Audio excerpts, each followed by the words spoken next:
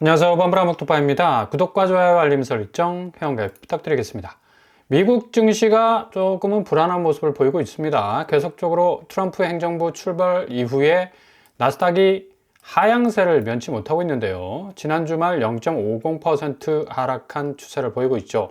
특별히 한국인들이 제일 사랑하는 테슬라, 엔비디아, 그리고 아이온큐가 급락 양상을 보이고 있습니다. 가장 첨단 기술을 장착한 전기 자동차의 선두주자라고 말할 수 있는 테슬라가 1월 20일 트럼프 행정부 출발과 함께 엄청난 상승세를 기록할 것이라는 예상과는 달리 이 계속적인 하락세를 지금 유지를 하고 있어요. 엔비디아 역시도 마찬가지죠.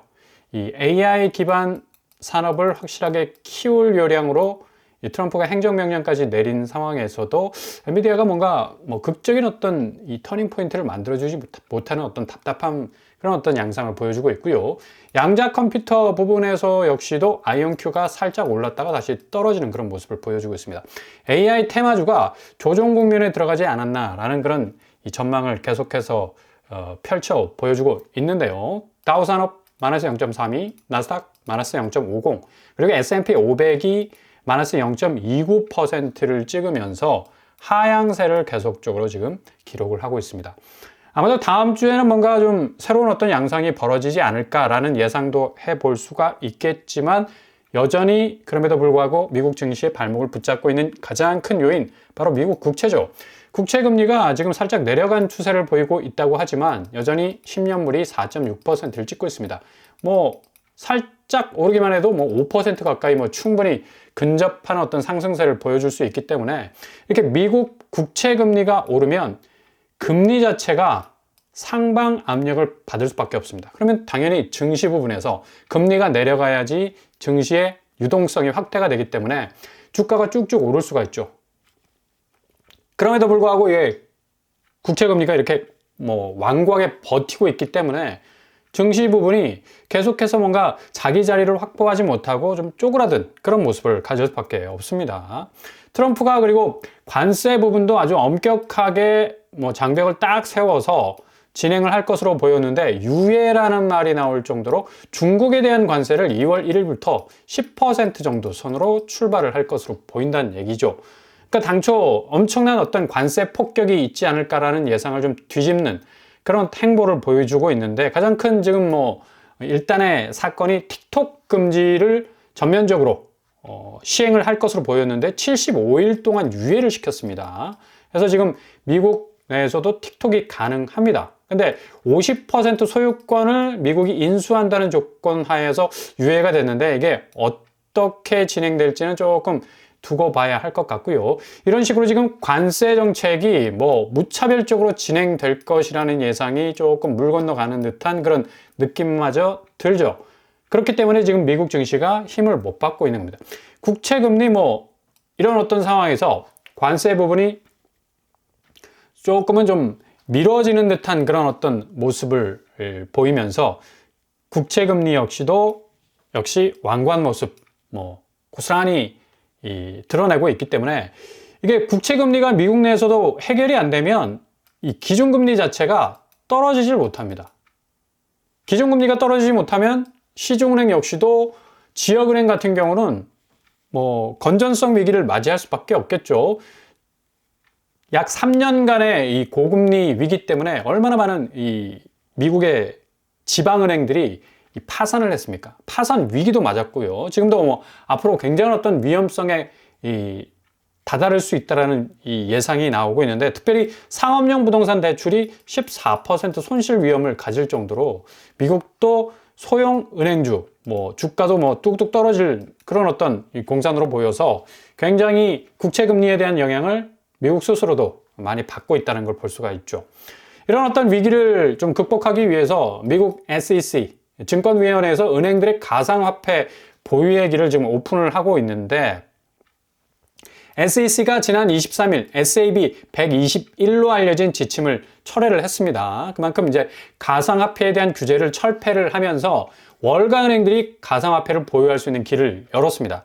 그만큼 지금 유동성 확대를 위한 어찌 보면 증시뿐만 아니라 가상화폐 쪽으로 우회로를 틀어가지고 돈의 물줄기를 막히지 않게 활짝 열어놓는 어떤 방향으로 간다는 얘기죠.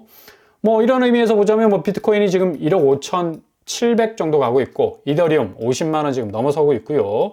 리플과 그리고 도지코인, 스텔라 루멘, 알트코인 역시도 어찌 보면 뭐 기대보다는 뭐 엄청나게 오를 거라는 그런 예상보다는 점차적으로 계단식으로 이렇게 올라가는 그런 모습을 보이고 있죠.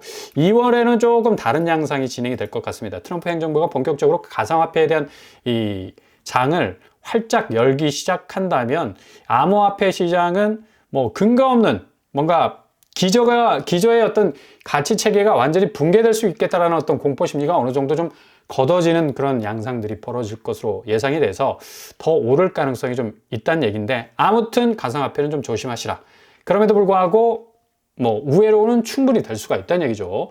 미국의 이렇게 자본 흐름은 이제 가상화폐 쪽으로 조금 무게가 기울어지는 듯한 느낌이 들죠. 국채 흐름이 견조하면 증시는 조금 위축될 수밖에 없고, 반대로 가상화폐 시장은 조금 뭐랄까 밑불이 더 살아날 수 있는 그런 어떤 모습을 보여줄 수가 있겠습니다. 결국 이게 부채 문제하고 연결되거든요. 그러니까 기존의 달러로는 이 5경 이상 되는 미국의 부채 문제를 한꺼번에 해결하기에는 좀 힘이 빠지는 경우가 많죠. 그래서 이후에 이 증시 국면이 조금 위축되는 면을 극복하기 위해서는 가상화폐 쪽으로 좀 방향을 트는 쪽으로 진행이 되는 것을 우리가 볼 수가 있습니다. 미국 뭐 국가 부채 규모가 4경 8천조 원, 거의 5경에 가까운데 35조 달러, 5경 2천조 정도 되는데 미 부채에 더욱더 이제 확대가 되기 때문에 경고음이 뭐 나올 수밖에 없겠고요. 이런 어떤 이유 때문에 더욱더 트럼프가 가상화폐에 집중을 할 수밖에 없습니다. 만약 미국 정부가 비트코인을 전략 준비 자산으로 채택을 하게 된다면 2050년까지 국가 부채를 무려 36%나 줄일 수 있다는 얘기예요. 그러니까 이런 메리트가 있기 때문에 달러로 현금 박치기 뭐 할 수 있는 지금 이 경제적인 어떤, 아무리 미국이 골드락스를 추구하는 경기도 좋고 고용도 좋고 뭐 물가도 안정적인 어떤 흐름을 가져간다 하더라도 기본적으로 펑크가 나 있는 이 부채 부분을 해결할 뭐 이 대안이 없다는 얘기죠. 가장 큰 대안은 바로 가상화폐다라는 어떤 답을 얻었기 때문에 아마 가상자산을 활용하는 아이디어는 적극적으로 추진이 될 가능성이 굉장히 높을 것으로 보입니다.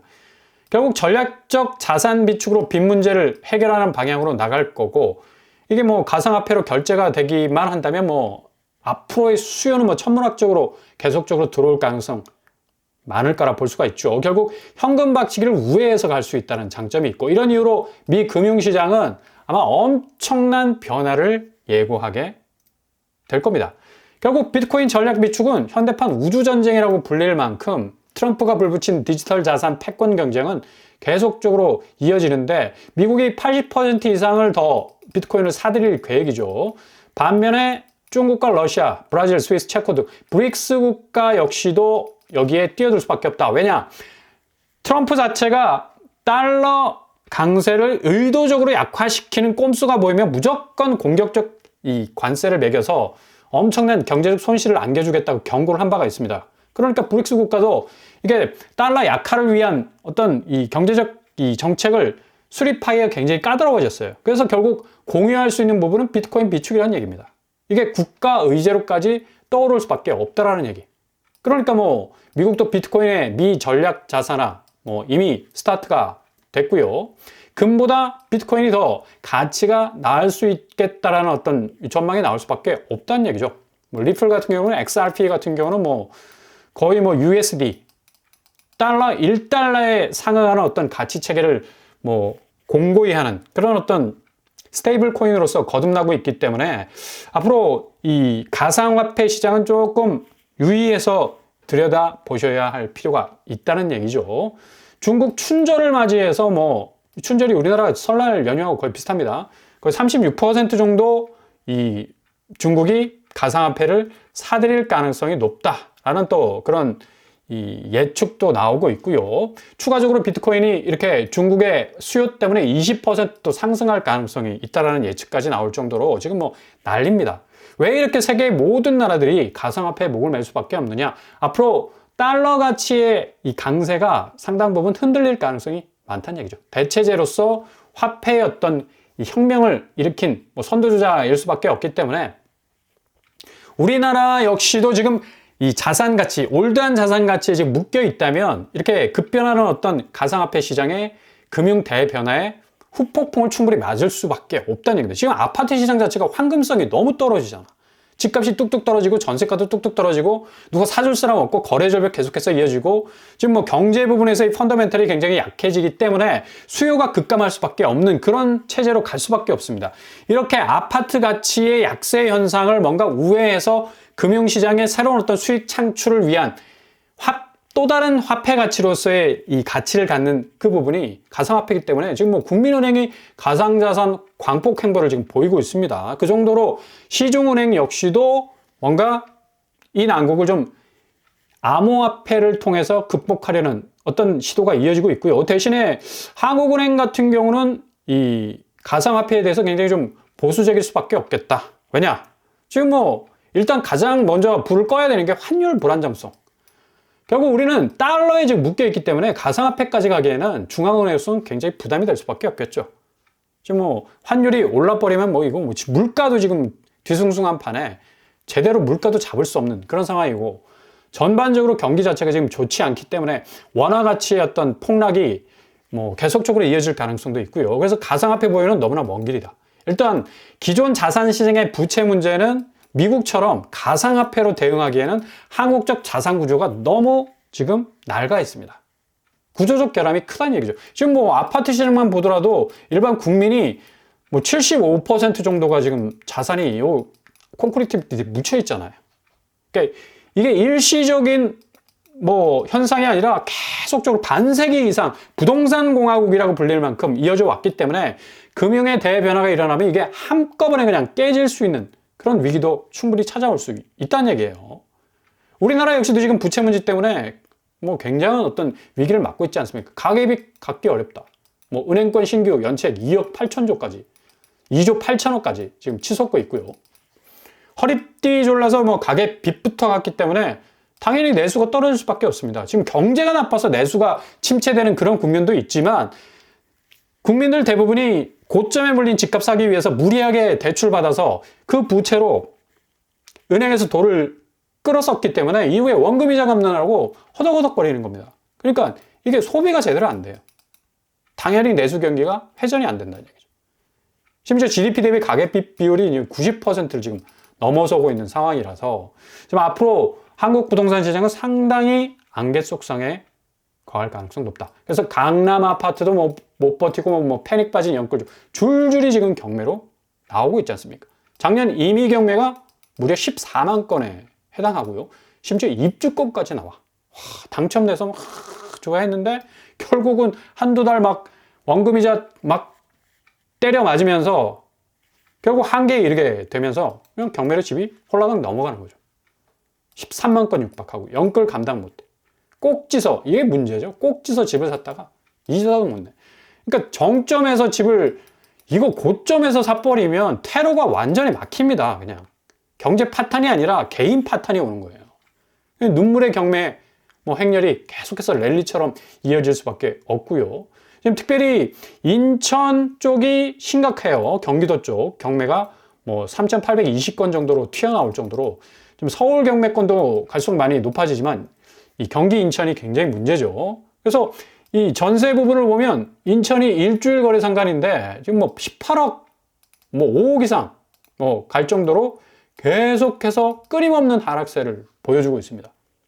증산동의 하늘도시 우미린, 야 이거 전세가 2억으로 떨어졌어요. 이거 뭔가 특수관계의 어떤 면이 있을 것 같기도 하고, 더샵 센트럴파크 2차 4억 8천, 송도 글로벌파크 역시 4억 6천, 더샵 송도 마리나베이 4억 2천. 끊임없이 떨어지는 전세가, 굉장한 위기죠. 그리고 경기 역시도 마찬가지. 더샵 지제역 센트럴파크 역시 8억 5천. 이편한 세상 광교, 광교가 8억까지 떨어지고 있습니다. 그리고 주공 5단지 과천 7억 하락하고 있고요. 이렇게 전세가가 제대로 받쳐주지 못하는 것 역시도 지금 집주인들이 정말 견디기 힘들거든요. 세입자도 빨리빨리 받아가지고 전세가를 어느 정도 좀 버텨내면서 자기가 고점에 물린 집들을 뭔가 좀 이 자금 회전력을 통해서 좀 헤쳐나가야 되는데 이게 안 보인다는 얘기예요. 결국에 미국발 금융시장의 변화, 한국 부동산 부채 상황 더욱 악화시킬 수 있는 요소가 굉장히 크다는 얘기. 기존 레버리지는 그냥 딱 부러질 수 있는 위기고 고스란히 스스로를 찌를 수 있는 부동산 가치가 그 스스로의 가치에 대해서 역린이 될 수가 있는 그런 어떤 엄청난 변화가 찾아올 수밖에 없다는 얘기예요. 결국 한국 부동산 시장의 운명은 2025년에 확실하게 결정이 될 겁니다. 그 누구도 부인하지 못하는 엄청난 대조정기가 올 것이란 얘기죠.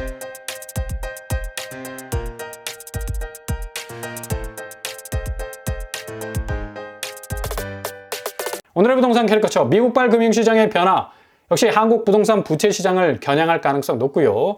기존에 지금까지 어떻게 해서든 버텨왔던 이 공고한 흐름들은 한순간에 부러질 수 있는 기존 레버리지들이 다 날아가 버릴 수 있는 위기가 올 수가 있어요. 한국 부동산 시장의 운명은 2025년 대조정기를 맞이할 가능성 아주 큽니다. 잘 들여다보시면서 기회를 잡으실 수 있길 바랍니다. 이상 오빠브라 목덕방을 마치겠습니다. 구독과 좋아요 부탁드립니다. 감사합니다.